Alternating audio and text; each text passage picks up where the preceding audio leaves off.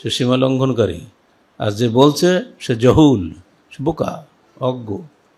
আমি শ্রদ্ধেয় আসাদুল্লাহ গালেব সাহেবকে আজকের এই ময়দান থেকে বলবো, সম্মানিত স্যার, আপনি বিশ্ববিদ্যালয়ের প্রফেসর, আপনাকে শ্রদ্ধা করে আপনি একবার আহলুল হাদিস জমিয়ত ভেঙ্গে আন্দোলন করে আপনি সফল হতে পারেন নাই।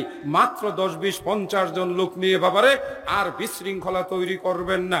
আপনিও জমিয়তে চলে আসেন, জমিয়তে আহলে হাদিসের পতাকা তোলে এসে আপনিও বলিষ্ঠ কণ্ঠে আমাদের সঙ্গে কণ্ঠ মিলিয়ে এক হয়ে বাংলাদেশে আমরা একটি শক্তিতে পরিণত হই। বলেন কথা ঠিক বলেছি না ভুল বলেছি? আলাদা আলাদা ভাবে ওই ফতোয়াবাজি করে কোন মসজিদে হাত তুলে দোয়া করলো কোন ইমাম, তাকে জাহান্নামে পাঠাইয়া কোনো লাভ নাই। হতে পারে কেউ তার কাছে দোয়া চেয়েছে, অতএব তিনি একটু দোয়া করেছেন, এটা সর্বসম্মত উলামাদের মতামত। এই ধরনের দোয়া করা মুস্তাহাব, এটা ফরজ নয়, ওয়াজিব নয়, এটা রাসূলের সুন্নাত দ্বারা প্রতিষ্ঠিত করার দরকার নাই। আদ-দাল্লু আলাল খাইরি কাফাইলিহি, এটা ভালো কাজ। দোয়া করা আল্লাহর কাছে চাওয়া, হাত তুলে দোয়া করা আল্লাহর কাছে আদব। আল্লাহর নবী বলেছেন, কোন মানুষ যদি আল্লাহর কাছে 2 হাত তুলে দোয়া করে, আল্লাহ পাক তার 2 হাত ফিরিয়ে দিতে লজ্জা বোধ করেন। রাসূল সাল্লাল্লাহু আলাইহি ওয়াসাল্লাম কম বেশি 32টি জায়গায় তিনি হাত তুলে দোয়া করেছেন। কাবা ঘর দেখে হাত তুলে দোয়া করেছেন, সাফা মারওয়া দৌড়ানোর সময় তিনি হাত তুলে দোয়া করেছেন, কঙ্কর নিক্ষেপ করার পরে জামারাতে তিনি হাত তুলে দোয়া করেছেন, মিনায় তিনি হাত তুলে দোয়া করেছেন, আরাফার ময়দানে তিনি হাত তুলে দোয়া করেছেন, তিনি তাহাজ্জুদ নামাজ পড়ে একা একা দোয়া করেছেন, তিনি ওই যে সেই বাকি কবরস্থানে কবর জিয়ারতের সময় সেখানেও তিনি হাত তুলে দোয়া করেছেন। এগুলো সহিহ দলিল দ্বারা প্রমাণিত। কিন্তু তার ওই সেই 23 বছরের নবুয়তি জীবনের নামাজ যখন ফরজ হয়েছে, তারপর থেকে যত ওয়াক্ত তিনি নামাজ পড়িয়েছেন, কোন নামাজের পরে তিনি দল বেঁধে সবাইকে নিয়ে দোয়া করেছেন, হাত তুলেছেন, এই মর্মে কোনো হাদিস পাওয়া যায় না। আর তাহারের টিভিতে লেখে ওহির আলোকে জীবন বিধান, খেয়াল করেছেন? রায়ের আলোকে নয়, ওহি আল্লাহর পক্ষ থেকে হয়, ওহি বান্দার পক্ষ থেকে হয় না। বাংলার জমিনে ওহির বিধান কায়েম করে একমাত্র সংগঠন আহলে হাদিস আন্দোলন বাংলাদেশ। আর কেউ ওহিকে সামনে রেখে আন্দোলন করছে বলে এই পর্যন্ত আমাদের সামনে আসে। বোকাতে যাই বলে তাতে ঠিক ঠিক ঠিক আছে না? কিছু বক্তা করে শ্রোতাদেরকে জিজ্ঞেস করে, ঠিক আছে সব ঠিক ঠিক। বক্তাই যেন ছাত্র আর শ্রোতারই যেন মাস্টার, ওরাই ঠিক বলে এটাই ঠিক হয়ে যায়। যে যত প্রতারণাপূর্ণ বক্তব্য দিতে পারবে সবাই হাত তুলে সায় দেবে। আমার একটা অভিজ্ঞতা আছে, ভাসানী বলেছিল, মুজিব আসলে তোমরা 1 হাত তুলে সায় পড়ো। আমি এসছি ভাসানী মুজিবের বড় বাবা, আমি তোমাদেরকে 2 হাত তুলে সমর্থন দিতে হবে। দিলে সবাই 2 হাত তুলে। এই হলো বাংলাদেশের ঠিক ঠিক মার্কা গণতন্ত্র। এ সারা দুনিয়ায় এরকম, আজকে নতুন না। কারণ জহুল, যে ঠিক বলে সে জানে না যে কেন ঠিক বলছে, আর যে কথা বলছে সে প্রতারণা ধরার ক্ষমতা কারণ নাই। সে জলুম, সে সীমা লঙ্ঘনকারী, আর যে বলছে সে জহুল, সে বোকা, অজ্ঞ। এটা আমরা সবাই, বুদ্ধিমান লোকরাও বোকা, অবুদ্ধিমান লোকরাও বোকা। কারণ মানুষের জ্ঞান তো খুব সীমিত। আল্লাহ তো অল্প সম্বন্ধ একটু জ্ঞান ভাগ করে দিয়েছে সবার মধ্যে, এর মধ্যে একটু উঁচু উঁচু ভাগ এই যা।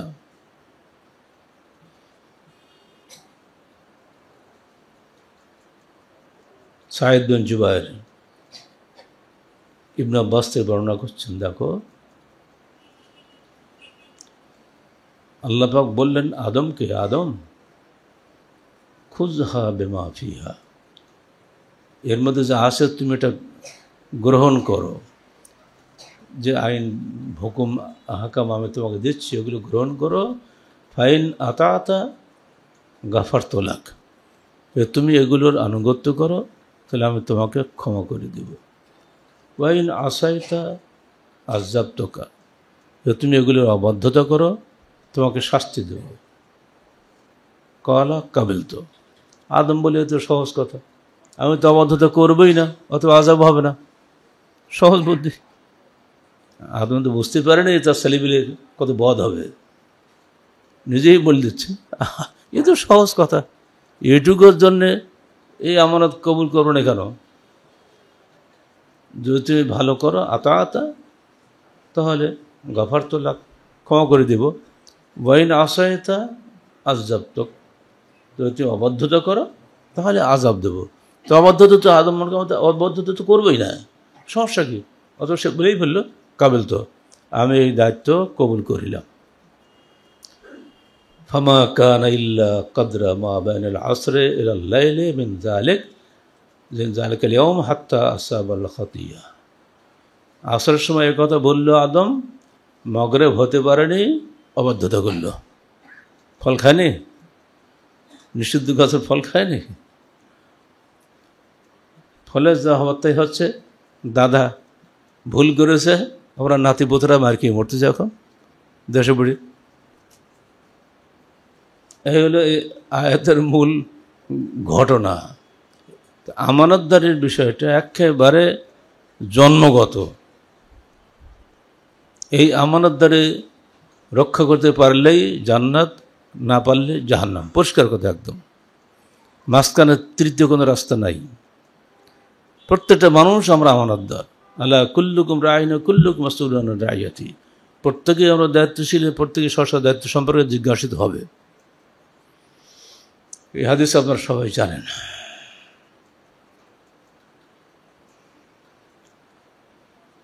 عن عبد الله بن عمرو قال قال رسول الله صلى الله عليه وسلم أربع إذا كن فيك فلا عليك ما فاتك من الدنيا। চারটা গুণ যদি তোমার মধ্যে থাকে তাহলে দুনিয়ার আর সব কিছু যদি তোমার চলে যায় তথাপি তোমার কিছুই যায় আসে না। এক, হেফজু আমানা। দুই, সিদক হাদিস। তিন, হুসন খালিকা। চার, ইফাত তোমা। এই চারটা গুণ যদি তোমার মধ্যে থাকে সব চলে গেলেও কিছুই যায় আসে না। মনে পড়ে ইবনে খালদুনের কথা, তৎকালীন যুগের পৃথিবীর অদ্বিতীয় মনীষী, যাকে বলা হয় ইতিহাস শাস্ত্রের সমাজ বিজ্ঞানের জনক বলা হয়। পুরা ফ্যামিলি আসতেছিল জাহাজে, জাহাজ ডুবিতে পুরা ফ্যামিলি একদিন শেষ। পাগলের মতো ঘুরছেন, কি করে কোথায় যাব। তৎকালীন সময়ের খলিফার পক্ষ থেকে বারবার তাকে কত কি যে তাকে পুরস্কার দেওয়ার জন্য লোভনীয় টোপ দিয়ে ডাকা হলে, আপনি আসেন রাজধানীর বাগদাদে আসেন। না, আমি যাব কোথায়, আমার ছেলে মেয়ে বাচ্চাকে তো সব তো শেষ, আমি আশ্রয় নেব কোথায়।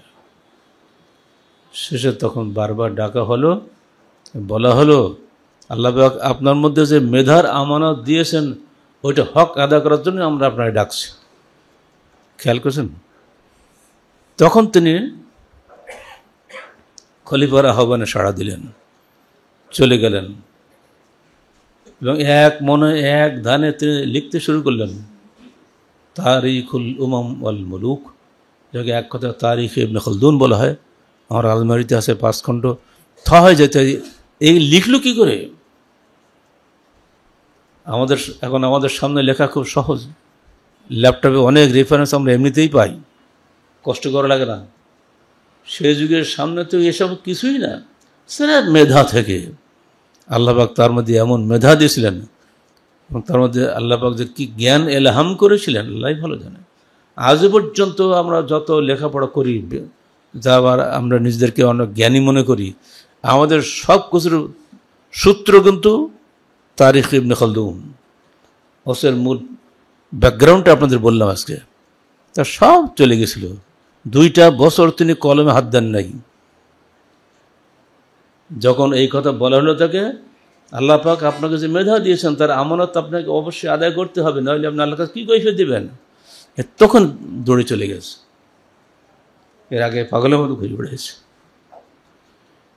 মানুষের প্রত্যেককে আল্লাহ পাক এক একটা মেধা দিয়েছেন, যোগ্যতা দিয়েছেন, শক্তি দিয়েছেন। যাকে যা আল্লাহ দিয়েছেন সেটার যথাযথ হক আদায় করতে না পারলে আল্লাহর কাছে অবশ্যই কৈফিয়ত দিতে হবে, এটা আমানত। 4টে কি বললাম? 1, হেফজু আমানা, তোমাকে যে আমানত দেওয়া হয়েছে সেটা যথাযথভাবে হেফাজত করো।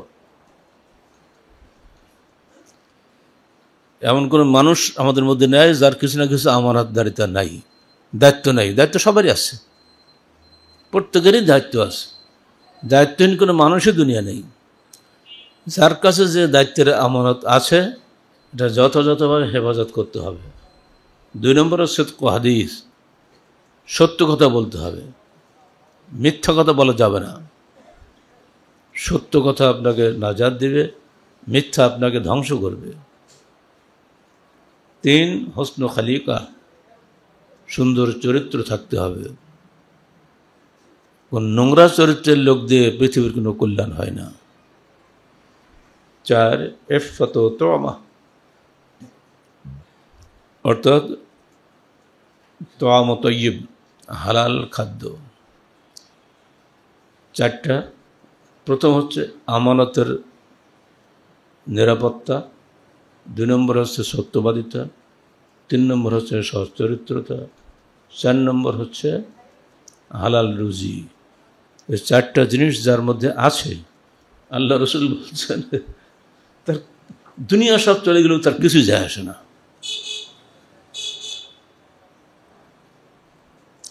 وعن ابن مسعود رضي الله عنه قال قال رسول الله صلى الله عليه وسلم القتل في سبيل الله يكفر الذنوب كلها إلا الأمانة।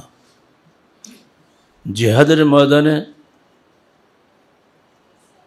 শহীদ হলে তার পিছনের সমস্ত গুনাহ মাফ হয়ে যায়, ইল্লাল আমানা, আমানত ব্যতীত। অন্য আসছে ইল্লা দাইন, ঋণ ব্যতীত। যদি কারোর কোনো ঋণ থাকে অথবা কারোর আমানত আপনার কাছে থাকে, এটা অবশ্যই আপনাকে আদায় করতে হবে। আল্লাহ এটা মাফ করবেন না। আমরা অনেকে হকুল ইবাদ যেটা আছে বান্দার হক, আমরা নষ্ট করি, হজ করে আসি। ওটা হকুল ইবাদ বিনষ্ট করে আপনি হজ করতে পারবেন না, কিচ্ছু কাজে লাগবে না। ছেলে মেয়ে সবই আছে, মেয়েকে লামসাম 2-1 বিয়ে দিলেন, সব ছেলের জন্য রেখে গেলেন, দিয়ে হজ চলে গেলেন, কিচ্ছু হবে না, সব বাতিল। মানুষে আপনাকে টাকা পাবে, টাকা শোধ করলেন না, তা আপনি টাকা পাবেন তাদের কাছে, বা আপনার কাছে কেউ পাবে, দিলেন না, হজ করতে চলে গেলেন, লাভ হবে না। এগুলো আমানত, হকুল ইবাদ। আপনি মরে গেলেও কিয়ামতের মাঠে আল্লাহ আপনার কাছ থেকে দায়ী করে নেবে। আমি এখানে এক জানাজায় গেছিলাম বেশ কয়েক বছর আগে, নদাপাড়ায়, এই গোরস্থান আশেপাশে। সেখানে গেলে আমাকে বলতে, স্যার দোয়া করবেন, আমরা স্বামী স্ত্রী 2 দিন হজে যাচ্ছি এবার। বলেই বলছে, স্যার এবার 5ম বারের হজ। আমাদের ধন্যবাদ আপনাকে। 1বার হজ ফরজ, বাকিগুলো নফল। কারো কাছে কোন দেনে পাওনা আছে কি আল্লাহর ইচ্ছা, এগুলো যেন আল্লাহ মিলেই দেয়। চট করে একজন দৌড়ে এসে বলছে, হুজুর এই লোকটার কাছে আমি 20,000 টাকা পাবো, তা আমাকে দিচ্ছে না। ও বলছে, কোথায় ছিল আল্লাহ জান হাজির? বলে, এই বেটা হাজি বন্ধ করা, আগে টাকা দাও, তারপর তুমি হজ করে যেও। ভয়ে কেঁপে গেছে শব্দের, তখন কোন দাফন হচ্ছে, আর তোমার পুরোপুরি লাশ নামে মাটি দেয় না, ওই অবস্থায় এমন ধমক খাইছে ওর হাজিগিরি শেষ। টাকা ফেলবা, তারপর তুমি হজ করে যাবে না, তোমার হজ শেষ। আচ্ছা দেবো, এই আমাকে বলো দিল কি না, আর খবর রাখি না। বুঝতে পারছেন অবস্থা? এরকম যে কত লোক আছে, তো মনে করে হজ করলাম, আমি এখন কাইয়ামেন বলা যাচ্ছে উম্মুহু, সদ্য প্রসবিত সন্তানের মতো আমি পাক পবিত্র হয়ে বাড়ি চলে আসলাম। এত সহজ নয়। দিন অর্থাৎ দায়েন, তাকে বলে ঋণ এবং আমানত, এই দুটো থাকতে আপনার কোনো ইবাদত কবুল হবে না। এগুলো সবার আগে শেষ করবেন। সাধ্যমতো ঋণ থেকে পরেজ করাই ভালো, কারণ আল্লাহ আপনাকে না খাইয়ে রাখবেন না। ঋণ করে ভালো খাওয়ার চেষ্টা করবেন না, ঋণ একদম বাতিল করে দেওয়াই ভালো। ঋণের ধারে কাজ যাবেন না। আর দায়িত্বের আমানত যদি থাকে, দায়িত্বের আমানত আপনাকে অবশ্যই পালন করতে হবে, এগুলো থেকে দূরে থাকা যাবে না।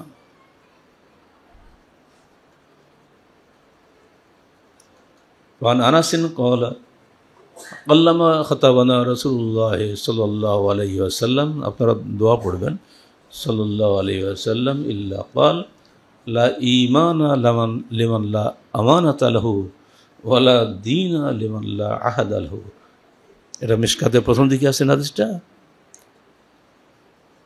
আনাস বিন মালিক রাদিয়াল্লাহু আনহু বলছেন, রাসূলুল্লাহ সাল্লাল্লাহু আলাইহি সাল্লাম আমাদের কাছে খুব কমই খুতবা দিতেন, যেখানে তিনি এই কথা না বলতেন, দেখো লা ঈমান লিমান লা আমানাত আলাহু, তার ঈমান নেই যার আমানত নেই, ওয়ালা দীন লিমান লা আহাদ আলাহু, আর তার দিন নেই যে ওয়াদা ঠিক রাখে না, প্রতিজ্ঞা ভঙ্গ করে, যে তার দিন নেই।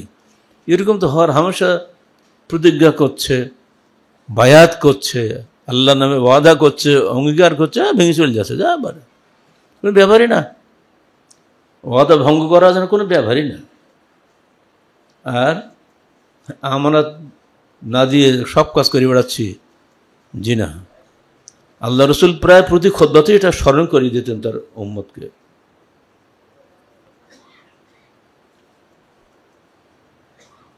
আল্লাহ বলছেন, ইন্নাল্লাহা ইয়া'মুরুকুম আন তু'আদ্দুল আমানাতি ইলা আহলিহা, আল্লাহ পাক তোমাদের নির্দেশ দিচ্ছেন যে তোমরা আমানতসমূহ যথাযথ স্থানে সুপর্দ করো। এক বছর বলা হয়নি আমানত, মানে বহু বছর। আমানত তো বহু ধরনের আমানত আছে। এ বিষয়ে তাহরিকে আমাদের একটা দর্শ গিয়েছে, পর্ব 3 সংখ্যা, কারো বাসা থাকলে পড়ে দেখবেন, এই সম্প্রতি এবছরই সূরা নিসা 58 আয়াতে। তবে একটা বিষয় আপনাদের স্মরণ করিয়ে দিই, যারা দায়িত্বশীল তাদের পিছনেই মানুষ সন্দেহ করে বেশি, এটা একবার চিরন্তন সত্য কথা, আজকে নতুন না। আর নিঃসন্দেহে সমাজ পরিচালনা করতে গেলে নেতা লাগবেই। এটা পরিবার চলতে গেলেও একটা পরিবার প্রধান লাগবে না? নেতা ছাড়া সমাজ চলতেই পারে না। যেমন ইমাম ছাড়া জামাত হয় না, হয়? দুজন হলেই তো ইমাম লাগে। নেতা ব্যতীত দেশ চলতেই পারে না, ভালো হোক আর মন্দ হোক। আর মানুষ খালি নেতাদেরকে সন্দেহ করে, এটাকে স্বাভাবিক। প্রমাণ নেবেন? যারা সিরাত রসুল পড়েন তাদের খালি মনে করে দিচ্ছে, পড়ে দেখেন। 313 পৃষ্ঠা পড়েন, বাড়ি গিয়ে, বাড়িতে থাকে 313 পৃষ্ঠা খুলে দেখেন। বদরের যুদ্ধ তো ইসলামের ইতিহাসে প্রথম যুদ্ধ এবং মোড় পরিবর্তনকারী ঘটনা, তাই না? এই যুদ্ধে গনিমত বন্টনের সময় মুসলমানরা জিতে গেছিল, একটা লাল চাদর হারিয়ে গেল। ফকাল বাযুন্নাস ফাআলা নবী হাযা আস্তাগফিরুল্লাহ নাউযুবিল্লাহ। কিছু লোক বলল, এই চাদর ঠিক আল্লাহ রসুল চুরি করেছে। বলুন নাউযুবিল্লাহ মিন যালিক। একবার বললে হবে? তো 100 বার বললেও হবে না। নাউযুবিল্লাহ মিন যালিক। এটাতে আমি বোঝাতে চাচ্ছি এটাই, আল্লাহ রসুলের মতো মানুষকেও পর্যন্ত তৎকালীন সময় মুসলমানরা সন্দেহ করেছে। আমাদের করবে না? এত বড় বিশাল প্রজেক্ট দেখছেন আপনারা, সারা দেশে এরকম প্রজেক্ট যে কত, 1250 মসজিদ আমাদের হাত দিয়ে করা, ছোটোখাটো ব্যবহার মনে করেননি। আর এরকম প্রজেক্ট তো 12-14টা আছে, নদবড়া মতি বড় বড়, কোটি কোটি টাকা আমার হাতের ব্যয় হয়েছে। যতই আমি বলি যে আমি ওতে 1 পয়সা নেই, আপনার বিশ্বাস করবেন? সন্দেহ তীর সবসময় আমার কাছে থাকবে, এবং আমার সাথে যারা আছে তাদের প্রতিও থাকবে। আমি তাদের খুশি যে আমার আল্লাহ রসুলকেও মানুষ ছাড়ায়নি, আর আমার আর কি, মেদে আম আল্লাহ রসুলের একটা গোলাম। হঠাৎ যুদ্ধের এক শেষ প্রান্তে মারা গেল, খায়বারের যুদ্ধে। সবাই বলছে মেদামের কি সৌভাগ্য, সে আল্লাহ রসুলের খাদেম, এবং আল্লাহ রসুলের সামনে তার মৃত্যু হলো, আল্লাহ রসুল তার জানাজা করবেন, কতই না সৌভাগ্য তার। আল্লাহ রসুল ধমক দিলেন, ধমক, ও যে একটা ছোট্ট চাদর চুরি করেছে, আমি দেখতে পাচ্ছি ওই চাদর জাহান্নামের আগুনে তাকে জড়িয়ে রেখেছে। তখন লোক ভয়ে, হাদিসের ভাষায় বলছি, জুতার ফিতা পর্যন্ত যদি কেউ ভুল করে নিয়ে থাকে সেটাও ফেরত দিয়ে চলে গেল। বাপরে বাবা, মতো হাত দেব না। গনিমত বন্টনের আগে সেখান থেকে কিছুই নেওয়া যাবে না। দেখা যাচ্ছে সামান্য একটা চাদরের জন্য আল্লাহ রসুলের নিজের খাদেম জান্নাত থেকে মাহরুম হয়ে গেলেন, কারণ সে না বলে নিয়েছে।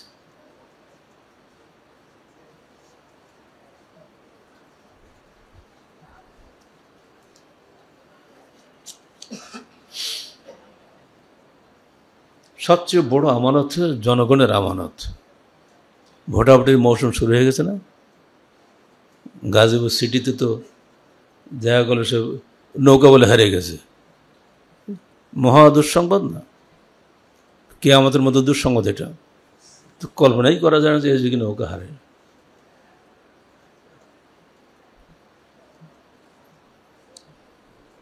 এই বড় আমানত হলো জনগণের আমানত। এই আমানত নেওয়ার জন্য মানুষ পাগল, যেটা আল্লাহ রসুলের হাদিসের বরখেলাফ। তোমরা কখনই আমানত চেয়ে নিও না। ইন্নাল্লাহ নুওয়াল্লি আলা আমালিন হাযা লিমান সাআলাহু ওয়া লিমান হারাসা আলাইহি ওয়া লিমান আরাদ। আমরা কোশ্চিনকাল এই নেতৃত্বের আমানত ওই ব্যক্তির উপরে সুপর্দ করি না যে এটা চেয়ে নেয়, অথবা এটা লোভ করে, অথবা এটার জন্য মনে আকাঙ্ক্ষা বোধ করে। তাদেরকে আমরা কখনোই নেতৃত্ব দেই না। আবু যার গফারিকে বলছে, আবু যার, হে আব্দুর রহমান বিন সামুরা, লা তাসআলিল ইমারা ফাইন্না নাদামাতুন ইয়াউমাল কিয়ামা। তুমি নেতৃত্ব চেয়ে নিও না, কারণ কিয়ামতের দিন এটা তোমার লজ্জার কারণ হবে। কঠিন বিষয়।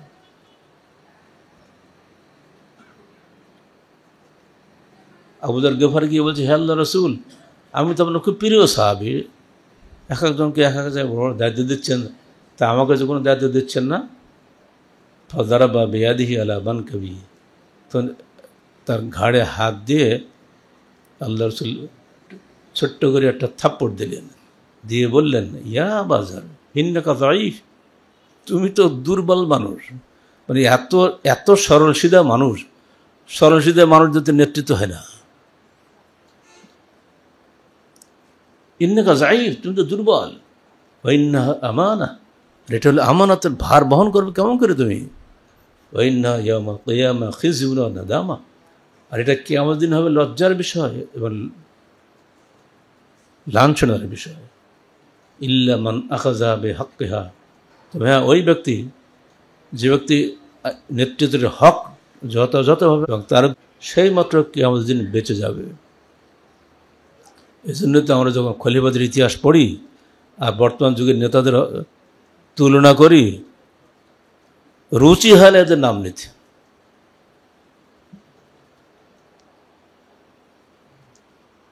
আব্বাসীয় খলিফার কথাই বলেন না কেন, মুক্তাফি বিল্লাহ, শেষের দিকের খলিফা। আব্বাসীয়দের বিরুদ্ধে তো অনেক অনেক বদনাম করা হয়।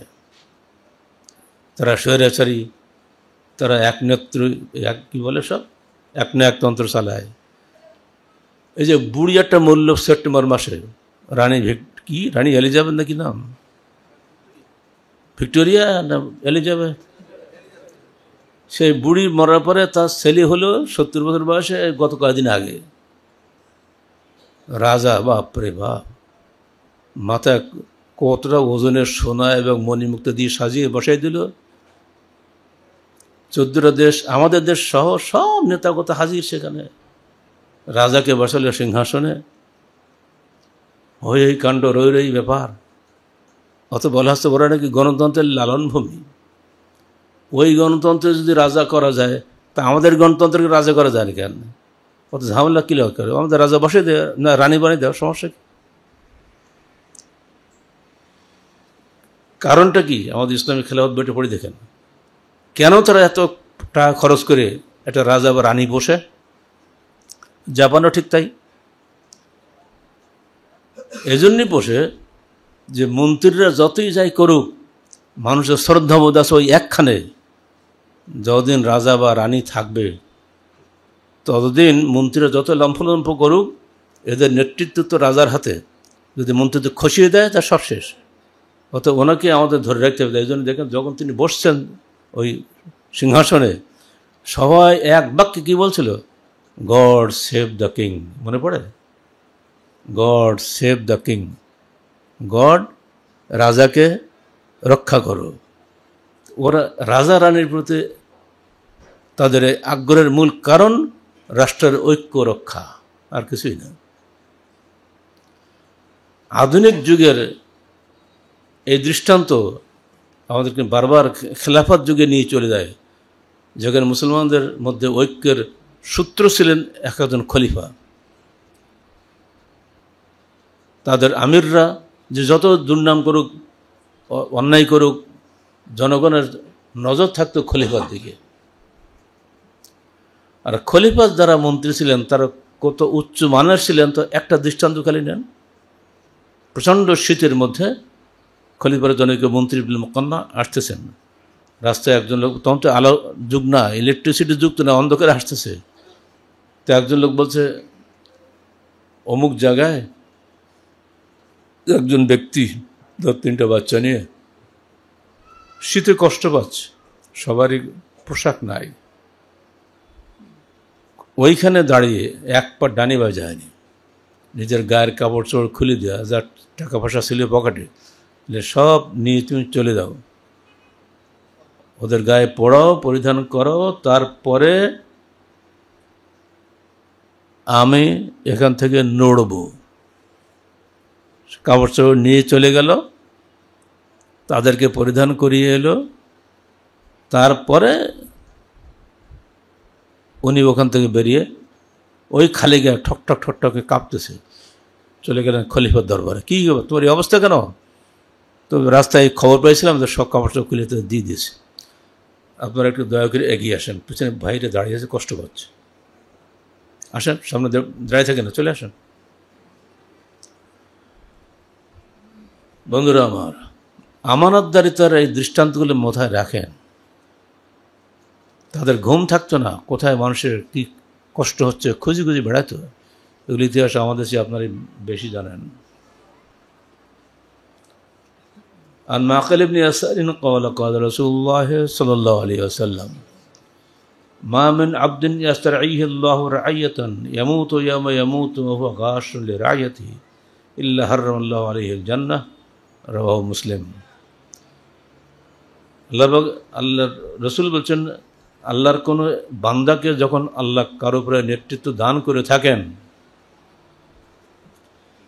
এমুত ইয়ামা এমুত, অতঃপর নির্দিষ্ট দিনে তিনি মৃত্যুবরণ করেন, অহুয়া গাছ শুনলে রায়তি, এমন অবস্থা যে তিনি তার প্রজাদের বা অধীনস্থদের আমানতের খেয়ানত করেছেন, ইল্লা হাররাম আল্লাহু আলাইহি জান্নাহ, আল্লাহ তার উপরে জান্নাতকে হারাম করে দিবেন। শুনলে গা কাঁপে না? আপনি খুব বড় মানুষ, কিন্তু আপনাকে যে দায়িত্ব আল্লাহর পক্ষ থেকে দেওয়া হয়েছে, সে দায়িত্বের হক আদায় না করলে আপনার পরিণতি হচ্ছে এই, আপনার জান্নাত হারাম। আমার মনে করি আল্লাহ তো দেয়নি, জনগণ দিয়েছে। জি না, জনগণ দেয় না, জনগণ একটা ওসিলা মাত্র, দেয় কিন্তু আল্লাহ। মুশকিল হয়েছে এখানে, এই বিষয়টা আমরা বুঝতে রাজি না। আমরা মনে করি জনগণের সার্বভৌম ক্ষমতার উৎস, কারণ জনগণ আমাদের ক্ষমতা দিচ্ছে, তারাই নামাচ্ছে, সবই তো তারাই করছে। এটা বাহ্যিক, মূল দাতা আল্লাহ। কুলিল্লাহুম্মা মালিকাল মুলকে তুতিল মুলকা মান তাশা, তিনি রাজাধিরাজ, তিনি যাকে খুশি রাজত্ব দিয়ে থাকেন। কিন্তু আমরা দেখছি বাবার স্থানে ছেলে বসতেছে, বাবার জায়গায় মেয়ে বসতেছে, জনগণ ভোট দিয়ে আমাকে পাশ করাচ্ছে, ওতে আমরা নগরটা দেখছি, পিছনে যে অলক্ষ্য যে আল্লাহ আছেন, এটা আমরা একটাও খেয়াল করছি না। তাবারাকাল্লাযী বিয়াদিহিল মুলকু ওয়া আলা কুল্লি শাইইন কাদির, মহাপবিত্র তিনি, যার হাতেই রাজত্ব। যদি আপনি ক্ষমতার যোগ্যতা আপনার মধ্যে না থাকতো, এই যোগ্যতা সৃষ্টি করে কে? আল্লাহ না? আপনার 5টা ভাই আছে, একজনকে বাছাই করে কেন সম্রাট করা হলো? সম্রাট আকবর মাত্র 15 বছর বয়সে এই ভারতবর্ষের সম্রাট হলেন। কি কল্পনা করা যায় নাকি? জাহাঙ্গীর তো আরও ছেলেপিলি ছিল, ঠিক নবী সুলাইমান, দাউদের তো আরও 19টা ছেলে ছিল। উনি সুলাইমানকে কেন দিলেন?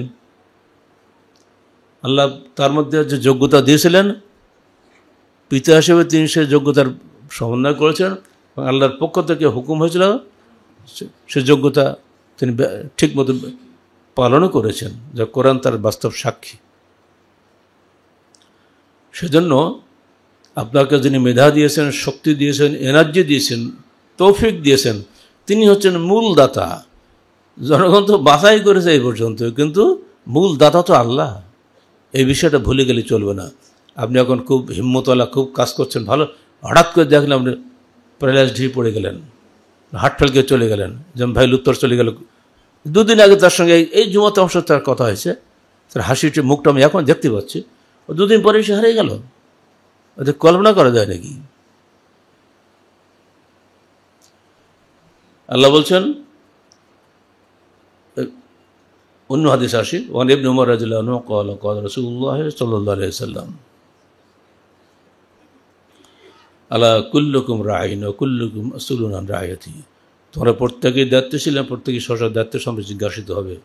মনে রেখো, নেতা তার অধীনস্থদের সম্পর্কে দায়িত্বশীল, পুরুষ তার পরিবারের দায়িত্বশীল, স্ত্রী তার স্বামীর ঘরের সন্তান এবং পরিবারের সার্বিক দায়িত্বশীল, গৃহকর্ত্রী বলা হয়। আর বাড়ির যারা কাজ করেন, আমরা কাজের লোক বলি, যেটাই বলেন পুরুষ হোক আর নারী হোক, তারা রাইন আলা মালে সৈয়দহি, তো মনিবের বাড়ির সমস্ত মালামালের উপরে তার দায়িত্বশীল, কারণ তারাই চুরি করার সুযোগ পায় বেশি, যদি করে তারা জাহান্নামী হবে। অতএব আলা ফাকুল্লুকুম রাইন ফাকুল্লুকুম মাসউলুন আন রাইয়াতিহি, অতএব সাবধান, তোমার প্রত্যেকেই দায়িত্বশীল এবং প্রত্যেকেই স্ব দায়িত্ব সম্পর্কে জিজ্ঞাসিত হবে।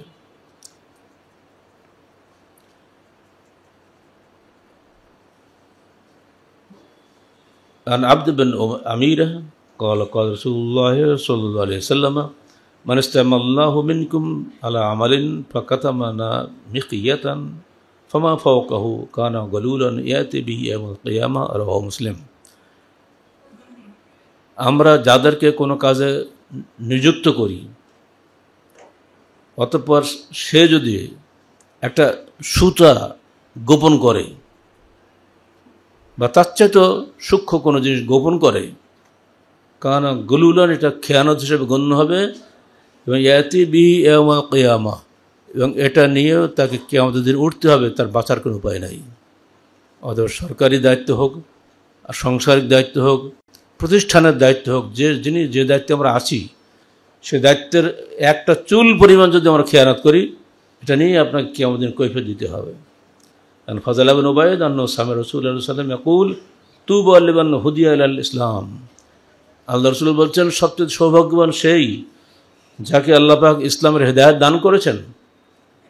আজকে সারা বাংলাদেশে অসংখ্য অমুসলিম আছে না, প্রতিবেশী ভারতে কোটি কোটি অমুসলিম আছে না, আল্লাহ পাক তাদের চাইতে আমাদের অনেক ভালো রেখেছেন যে আমরা মুসলমানই জন্মগ্রহণ করেছি, বলুন আলহামদুলিল্লাহ।